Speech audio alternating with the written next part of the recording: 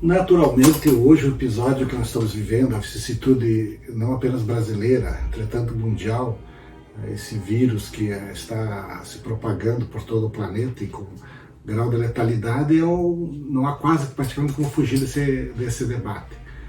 Naturalmente, em primeiro lugar, a análise da situação do Covid-19, ela poderia ter um enfoque histórico, visto que as pestes fizeram parte da história da humanidade, sobretudo muito registrado na história europeia.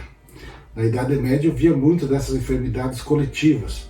E sempre nós podemos estudar esse ponto de vista histórico e do ponto de vista biológico, ou seja, estudar os efeitos, as características do motivo da doença. A microbiologia estuda isso. Vamos dar uma ênfase especial à questão mais histórica e sociológica, uma vez que nós imaginávamos, e o homem sempre tem tendência a achar que a sua época é o auge da civilização, portanto não vive mais situação de vida em outras épocas, o que não é verdade. Curiosamente, hoje, o que é a nossa grande proclamação, que é o mundo globalizado, também é a nossa fragilidade.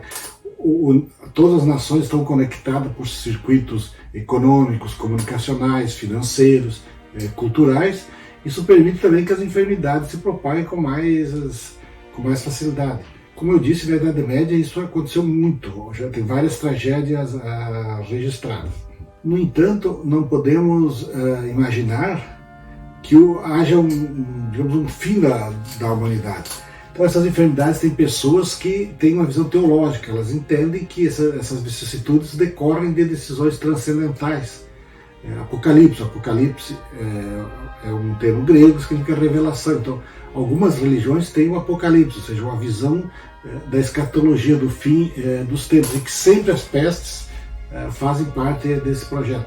Mais exatamente, a nossa civilização, o cristianismo tem, através de João, o seu Apocalipse em que prevê essas doenças. Nesses momentos trágicos, algumas pessoas levantam isso.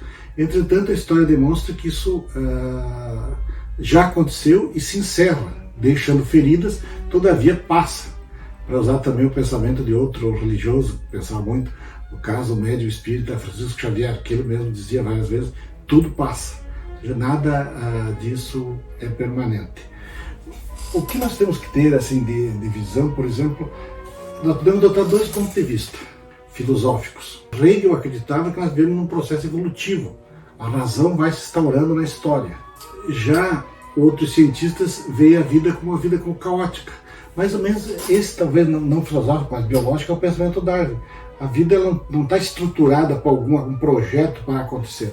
As religiões, especialmente as religiões ocidentais, têm essa ideia. Nós temos uma trajetória que nós temos que cumprir para chegarmos ao grande dia do julgamento final, que terá como características. Outras religiões, como o budismo, não têm esse tipo de visão de que haja um final previsto para isso.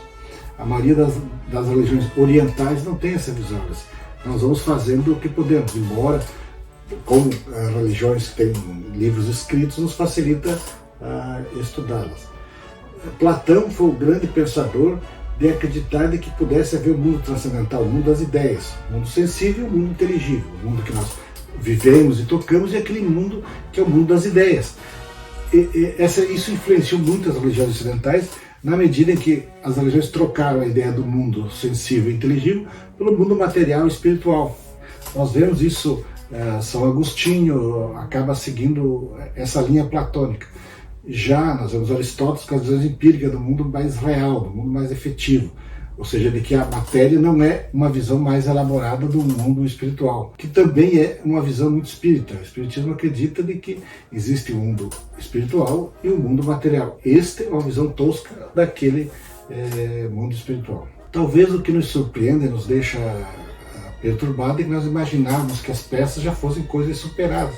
Mas nada é superado. Ela pode adquirir novas formas, nova gravidade, mas também a conexão que o mundo criou conecta e transfere tudo.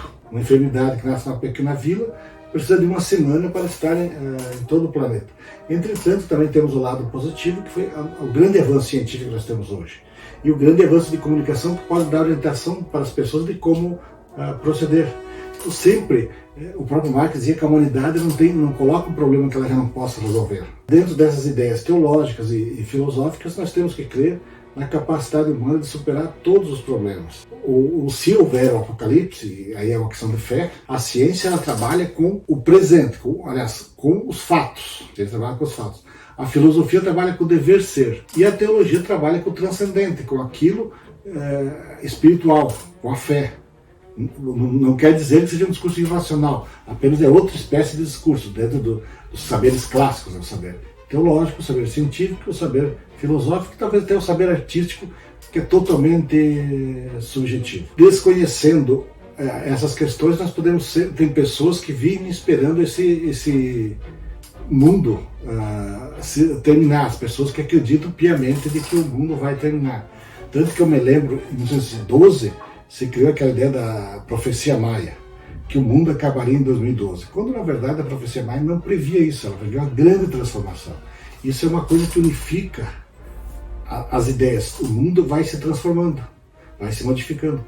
Nós não vamos ser as mesmas pessoas depois da experiência que passamos. Isso talvez seja a grande virtude filosófica que nós vamos extrair dos fatos adversos, dessas vicissitudes. Fazermos a vida melhor, mais fraterna. Das religiões nós temos que ter uma visão meio kantiana, extrair o seu princípio ético. Aquele princípio de que todos são filhos do mesmo Criador, são filhos do mesmo Pai e, portanto, são irmãos. Por isso que nós precisamos aproveitar esse fato, além de cumprir as ordens higiênicas das pessoas, tirar essa visão filosófica de que nós podemos evoluir positivamente. A grande diferença entre o homem e os demais animais, os outros animais, é que a evolução do homem agora está muito nas suas mãos, no seu cérebro, na sua capacidade de fazer modificação. O homem não é pautado por instintos que vai acontecer. Você fazer o ser humano é uma tarefa que o próprio homem se colocou. E começa isso muito antigamente, está em constante evolução. Portanto, vamos crentes e não crentes, vamos extrair das religiões o que elas têm de melhor, que é esse princípio ético. O Kant colocava muito isso do princípio ético da religião cristã.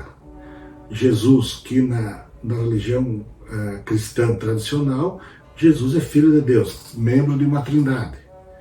O Espiritismo já vê em Jesus uma figura em constante evolução. Ele seria a figura, o símbolo do homem altamente evoluído, o governador da Terra, dentro da ideia espírita. O Islã vê em Jesus um profeta metafísico, um profeta que veio completar mais a mensagem que Deus sempre encaminha para a humanidade nos momentos decisivos.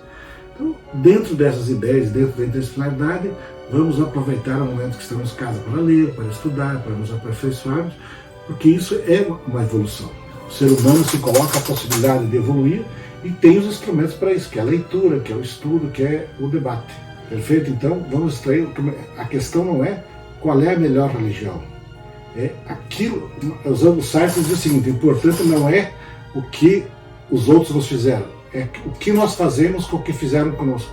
Então, adotando esse pensamento do Sartre, o importante não é a religião que eu exerço, é a maneira que eu a exerço. Ela me faz melhor e, por conseguinte, faz o mundo melhor. Isso é que vai definir a validade de uma religião ou não. Então, nesses momentos de grandes tragédias, preocupações e debates, é o momento de uma reflexão teológica do que nós podemos utilizar para evoluirmos, para fazer o mundo ainda melhor.